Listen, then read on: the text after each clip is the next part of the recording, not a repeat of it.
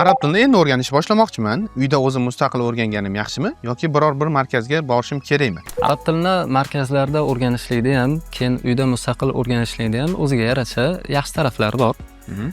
Masalan, markazda o'rganishlikka keladigan bo'lsak, bunda o'quvchi har doim ham o'sha ustozning nazoratida bo'ladi. Onlayn dars berishlikdan ko'ra, o'sha markazlarda dars berishlik ustozga qulaylik taraflari o'sha mavzuni yetkazib berishlik osonroq bo'ladi. Onlayn masofaviy ta'limni ham o'ziga yarasha yaxshi taraflari ko'p. Ulardan bittasi masalan vaqt tejallishligi bo'ladi.